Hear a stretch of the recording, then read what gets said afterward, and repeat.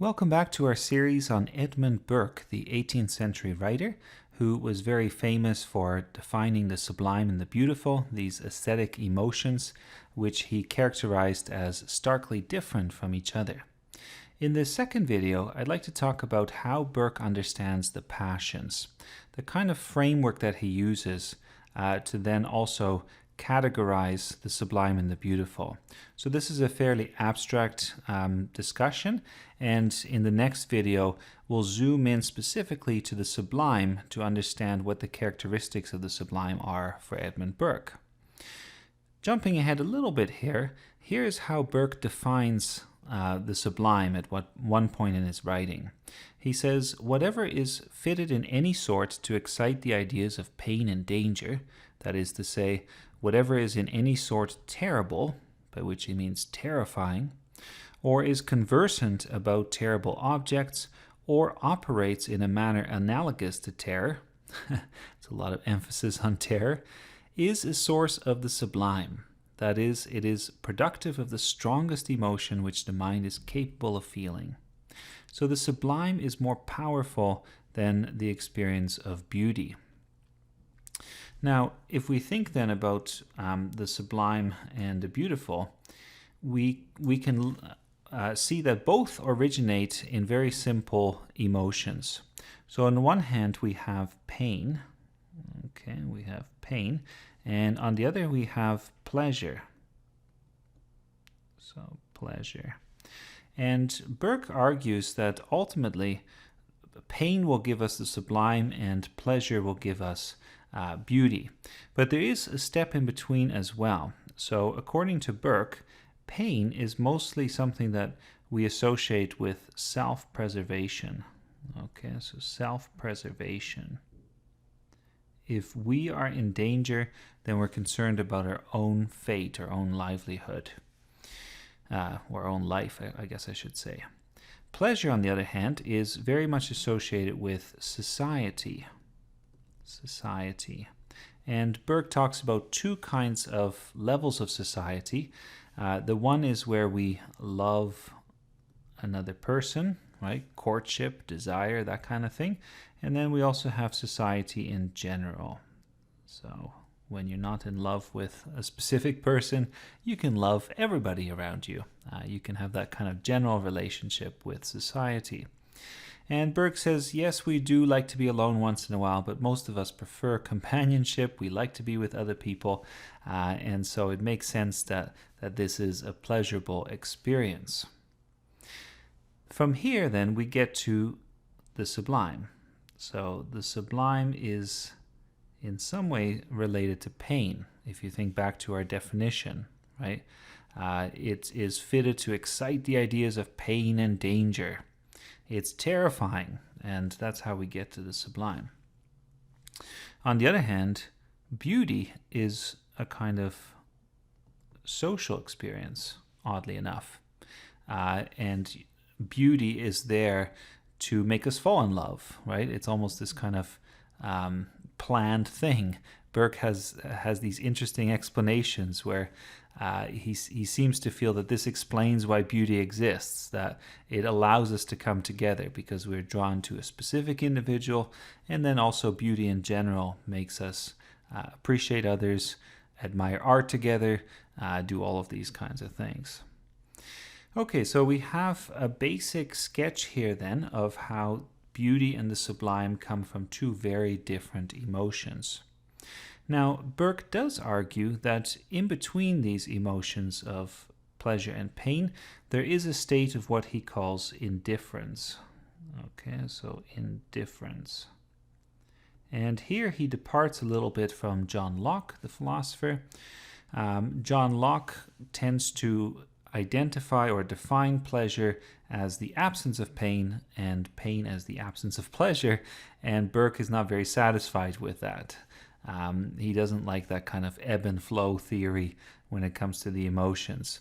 So he says, well, actually, there's a state in between, indifference, where we feel neither pleasure nor pain, which is not to say that as we move from pleasure to indifference or pain to indifference, that some of those previous experiences don't linger.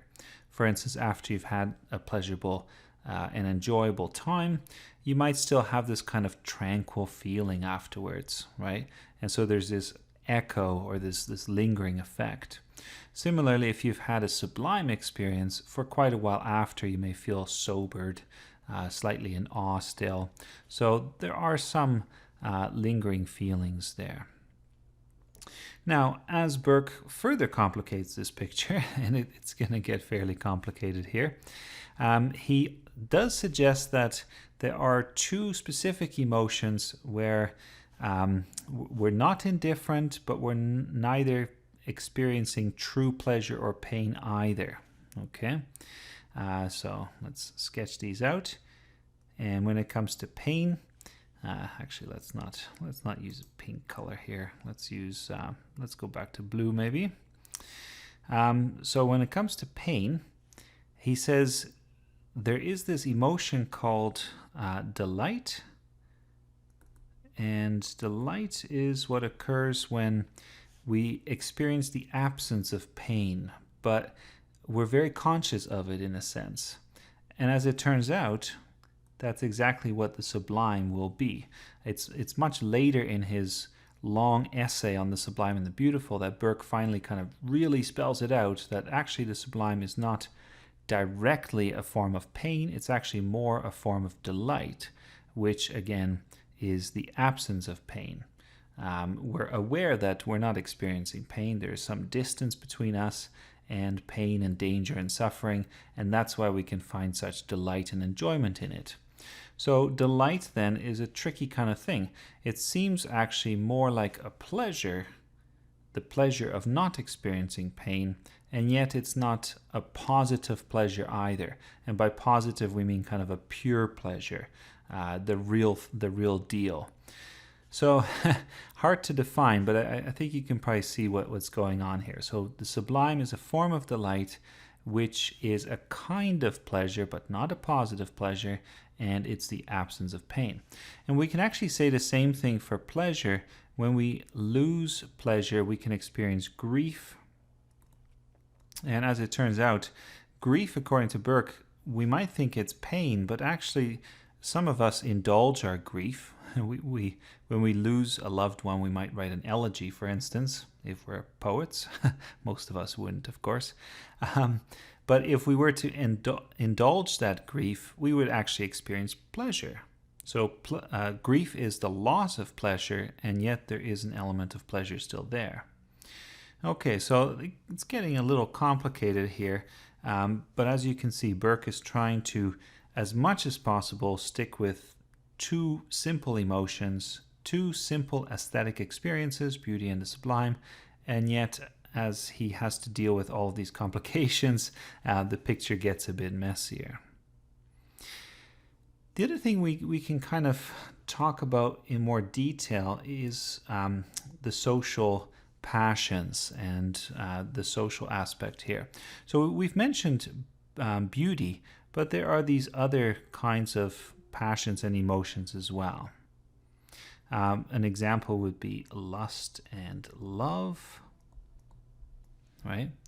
And Burke is very careful to tell us that when it comes to human love, we're not like animals. We can use our reason, and there's also no real pain in love, which is kind of a funny comment. So if you feel great anxiety because your love is not being requited and you think you're gonna die or this is painful, right? That's the picture of the courtly lover. Well, Burke has a message for you. This is not true pain. This is still in the realm of pleasure. We can also add to this sympathy. Sympathy. So he says this is another social kind of experience. Although in passing he mentions that as we think about other people suffering, we also experience sympathy, and that is related to self-preservation as well. There's often an element of self-preservation where we are worried about ourselves.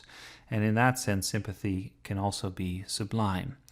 This is one of the difficulties that Burke has of keeping all of these things strictly in two categories, right? Like he really wants to keep these things separate, but can't love be sublime sometimes? Can't sympathy be sublime? And in fact, one of the things that Burke talks about is tragedy as a genre. And one would think that tragedy would be especially sublime. But because it's so focused on sympathy, Burke spends a lot of time discussing tragedy in relation to these social pleasures. He talks then also about tragedy and why we are drawn to it. And he says it's especially when tragedy is most realistic that we want to see it.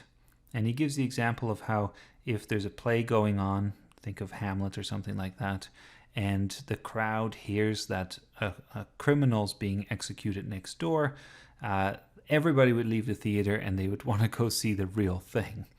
So that's an interesting observation, and it comes back to this focus that Burke has again and again on the idea of imitation, mimesis, right? That people are drawn to that. That's a big part of art, and he really, as we've said before, privileges realism. Okay, so one more or two more categories here when it comes to social pleasures and passions, and we can write imitation and ambition. I'm kind of putting these together because they're somewhat similar. You can imitate somebody, but then you can also want to outdo somebody and become better. And Burke talks about both of these as being good for society. We want to imitate others, so we learn from our teachers and we learn by copying them, but then we also want to make our own name in society, and we want to outdo others and create great art, let's say. And Burke sees these as fairly positive things.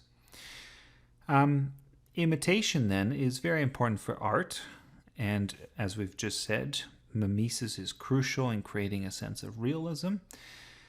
But as you look at these two things, you might be wondering, well, what about the sublime? Are these things not related to the sublime as well?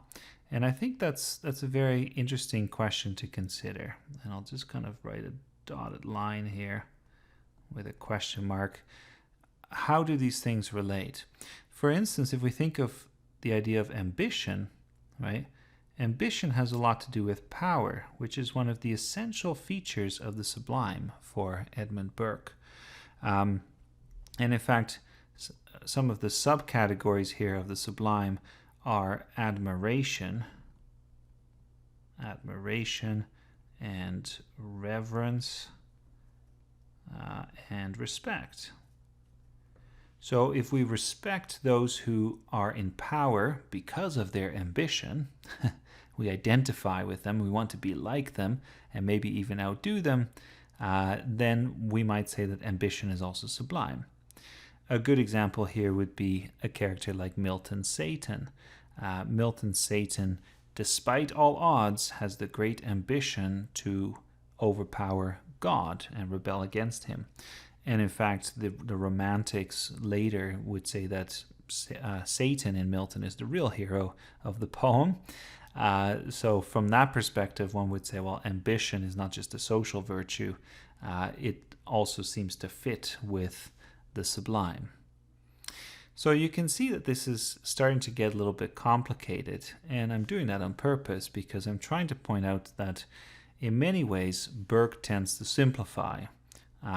There's something very appealing and attractive to the way he sets things out, but it does often lead to difficulties and problems. And the biggest question, of course, is, can beauty be sublime, or are these really separate things? So one final thought then, as we think about this whole picture here, is a human being passive in having these emotions? So do we just experience these things? Do they happen to us? And there's the influence of John Locke, right? That our senses are triggered by external stimuli, and then we get ideas from our senses, and so on and so forth. Burke really builds on that model. even though he sometimes disagrees on minor points. So that's, I think, a really important question.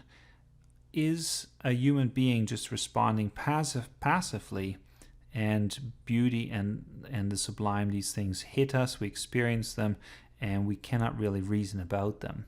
We do seem to be heading in that direction often. So that's definitely something to consider.